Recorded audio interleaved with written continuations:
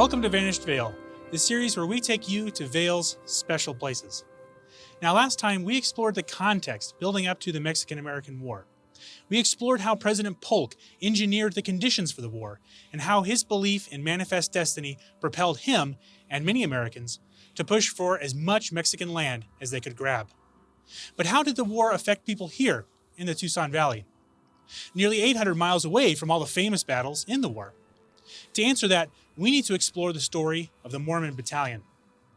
The Mormon Church emerged in New York during the height of the Second Great Awakening in the 1820s. This period encompassed much of the early American Republic and was a time of religious revival, reform movements, and, like the Mormon Church, emergent forms of Christianity. The Industrial Revolution and the accompanying Market Revolution radically reshaped how individuals, families, and communities worked, bought goods, educated their children, and participated in the fledgling American democracy. The Mormon Church faced vocal criticism and often violent pushback almost immediately, and wherever they settled, they were quickly driven out. In the winter of 1839-40, the Mormons left Missouri and purchased the small town of Commerce, Illinois, along the Mississippi River, and they renamed it Nauvoo. While in Nauvoo, Joseph Smith made a polarizing and fateful revelation. Polygamy was to become a cornerstone of the Mormon faith. This caused a split in the church and angered many non-Mormons. Tensions boiled over in 1844 when Smith's political ambitions and threats against his opposition landed him and his brothers in jail. While awaiting trial, a mob stormed the jail and killed Joseph Smith and his brother Hiram.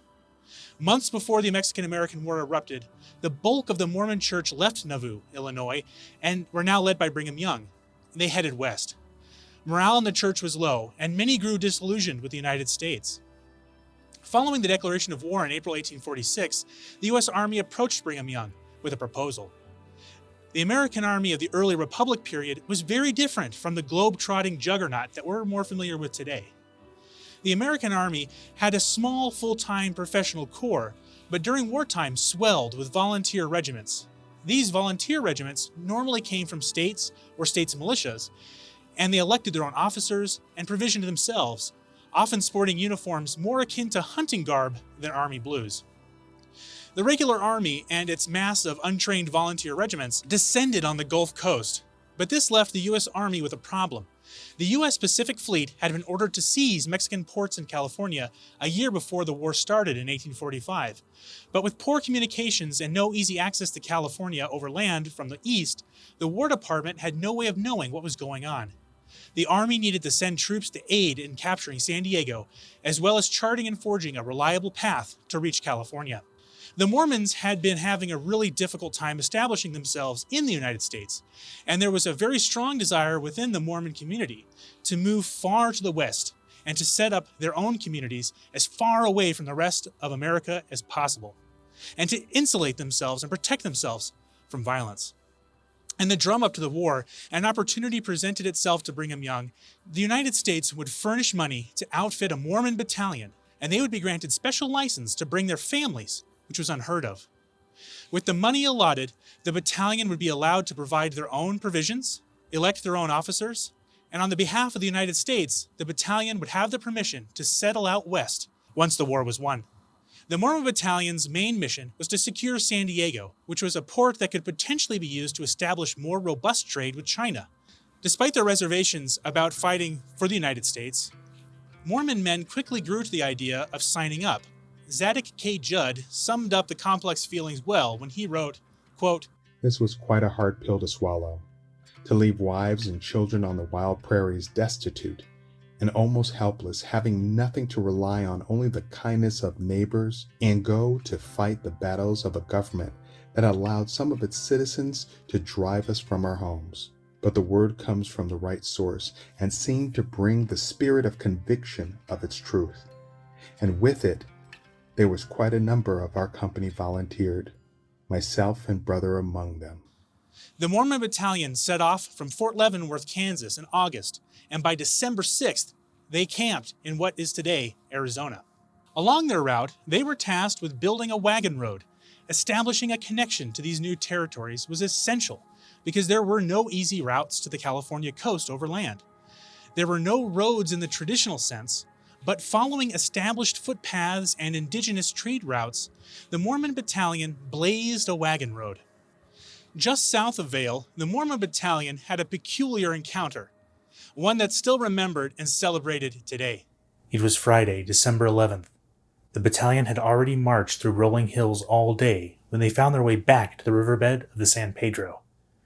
Exhausted, they found no rest. A herd of feral cows, whipped into a frenzy by a pack of bulls, thundered down the river straight into the column. It was pandemonium. Thundering hooves, screaming men, musket fire, and the braying screams of dying animals and wounded men. Amos Cox was gored through the thigh and tossed into the air. Albert Smith was trampled, shattering his ribs.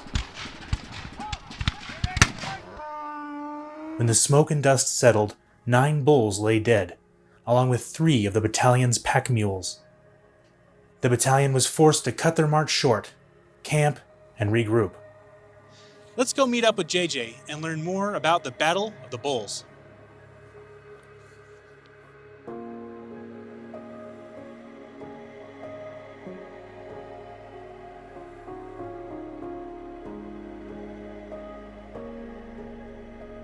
How do you feel when you yourself actually retrace those steps? I guess in a sense I can feel it. You know, it gives a sense of appreciation for how difficult it was. It helps me personally to be closer to my roots, to my family history, and I think it helps me to express that to other people who may not have that connection with their family roots. My great-grandfather was Captain Daniel Davis. He was allowed to bring his wife and his youngest son on the march. Very few of the soldiers were able to do that, but he was one of them. My uncle, my great-uncle, he was 4 years old when he started the march. And so he did all 2,000 plus miles with the battalion and turned 5 years old while he was on the march. So that's kind of a legacy that we have in our family, as one of the youngest, if not the youngest child that was part of marching with the battalion. So any stories about just what a day was like, what a typical day along They would clear their bivouac before sun up, and right about sun up, they would start their march. They would march anywhere from depending on the terrain and the weather conditions, anywhere from 5 to 30 miles per day. It was long and arduous, dusty, hence they always had face coverings to keep the dust out of their faces. They trailblazed a lot. They pretty much became an engineer battalion, engineering the logistics route for the Army at that time period. They had several wagons with them at the time, and so they had to, a lot of times they were digging those wagons out of mud or having to engineer ways to get through rocky areas. Just a lot of hard labor that they endured, and their provisions were very scarce sometimes. There were many times where they were completely out of water and food, and they were just going from water hole to water hole, and sometimes they would come up to a water hole and it was bad water and they wouldn't be able to drink it. So a lot of hardships like that. Yeah. Wow. Well, you must be very proud. Extremely proud, yes. Like I said, it's their dedication and devotion to their beliefs, to their country, and they wanted to, in a way, prove that in both ends, and they accomplished their mission for the Army. They accomplished their mission for their church and for their families.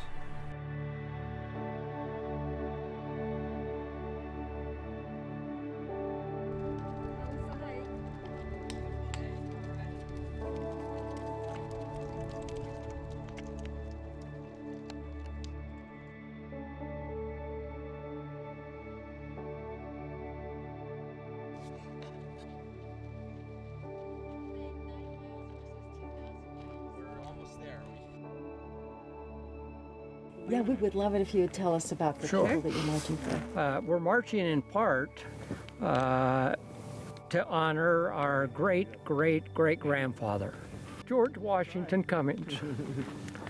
He was 35 years old, When he started, he left a family at Council Bluffs.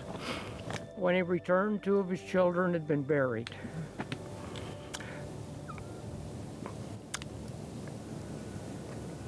When I think of what he did, I'm very proud of my heritage. And this is my daughter. So add one more great. And that's hers. All right. Thank you. Well, thank you. Maybe you could share some of your thoughts and why you wanted to come on this hike today. Definitely. So my 4th great grandfather hiked along this trail. He was on part of the battalion, and I share the same last name with him. So he's someone special that I've often read about over the years, and especially was interested in this specific portion of the trail that he hiked because he was asked to be the historian for the group, and so he wrote about the experience when they battled the bulls. And there's a poem that he wrote that I've read often that talks about the experience and the fear that they had when the bulls started stampeding through the camp, and how they had to get out of the way and shoot down some of them so they wouldn't die. But so yeah, this is a special place for me.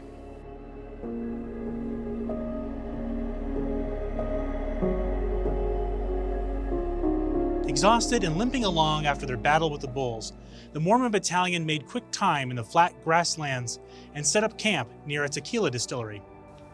The following is a quote from William Quarry. We encamped near the distillery, where we were met by 7 Mexican dragoons from the garrison. They wanted to know our intentions, whether it was to kill, destroy, and take prisoners, or to pass through peaceably. Lieutenant Colonel replied that it was to pass through in peace, and that we did not come to make war on Sonora. Though he was able to demand a surrender, he should not do so, but wished to trade with them for provisions and mules, as we were quite destitute. The dragoons said their citizens were leaving in fear and in haste, but the colonel desired them to detain their people, which they promised to do so, acknowledging their weakness and inability to cope with us in any shape. The Mexican dragoons had likely ridden out because of rumors that the Apache had been spreading. A band of Apaches had been trailing the Mormon Battalion and had ridden in advance into Tucson, spreading wild rumors of a massive army en route to Tucson. The following day, on December 15th, more Mexican civilians rode down from Tucson and approached the column, asking them not to march through the city. They exclaimed that the Presidio at Tucson was there to protect Mexicans against Indians and had nothing to do with Americans. Disregarding the request, the battalion marched on, descending out of the high grasslands and into the cactus and mesquite forests of the Tucson Valley. William Corey remembers marching through the landscape as the most prickly, properly thorny country he ever saw. The prickles were in every shape imaginable, and though the mules were worn out and fatigued, when they came to these prickles, many of them acted badly indeed, and they threw their riders. The battalion camped overnight near where we are now and had a hard time of the cactus, and they looked in vain for water. In the morning, Colonel Cook ordered the men to load their muskets, and they marched towards Tucson, unsure of what they would find. When they reached Tucson later in the day, however, they found most of the inhabitants had fled. As Corey remembers, after a heavy day's march, we came to the garrison of Tucson. We found the town sacked. The troops, with nearly all inhabitants, had fled, taking with them their property. Those who remained entreated us to save the town and preserve their property, and we assured them we would do so. This place is well situated in the valley that resembles the valley of Santa Fe very much. Fruits of various kinds we found here. Gardens were neatly laid out with a beautiful irrigation for watering purposes. Their houses were built of dobes, as in Santa Fe. The people were more enterprising and happy, but their troops were cowards, and their acts spoke for them. The wagons arrived before dark, and we encamped north of town. A strong guard was posted out this night. All was well and quiet. I was sent to town by the officer of the day with 3 men. We ransacked the town and found all well and returned. Henry G. Boyle remarked, When we arrived here today, we were tired, hungry, and thirsty, almost beyond endurance. After we had encamped a short time, a few individuals made their appearance, from whom we obtained some bread and beans in exchange for shirts and various kinds of clothing. The Mexicans they encountered in Tucson were very friendly and hospitable hosts. The Americans wasted little time in raising an American flag over the Presidio. In their journals, they stressed that they seized no private property, but the public grain and food stores were seized, including many bushels of wheat, bags of salt, quinces, and pomegranates. Not everything was taken, though. Colonel Cook was concerned about the well-being of their pack animals and didn't want to overload them. Frustrated and hungry, many soldiers snuck wheat into their pockets. On the night of December 17th, there were some tense moments in the dark. The Mormon Battalion's sentries thought they might be attacked by Mexican soldiers in the night. But this proved to be a phantasm of the dark, and in the morning, the battalion finished loading their wagons, gathered what provisions they could carry, and set off towards San Diego. The Mormon Battalion didn't leave anything behind except a flag, which was quickly taken down and replaced with a Mexican flag when the garrison returned from the Catalina foothills and retook the Presidio. The Mormon Battalion didn't stay in the Tucson Valley for very long, but their impact is still visible in the landscape today. The wagon road they expanded has been largely subsumed in many places by I-10 and runs parallel to the transcontinental railroad route that would forever change the Southwest. But before any of that could happen, the Mexican-American War would need to come to a conclusion, and new territorial lines inked on a map. I hope you'll join me next time when we'll explore the ramifications of the Treaty of Guadalupe Hidalgo and the Gadsden Purchase. See you then.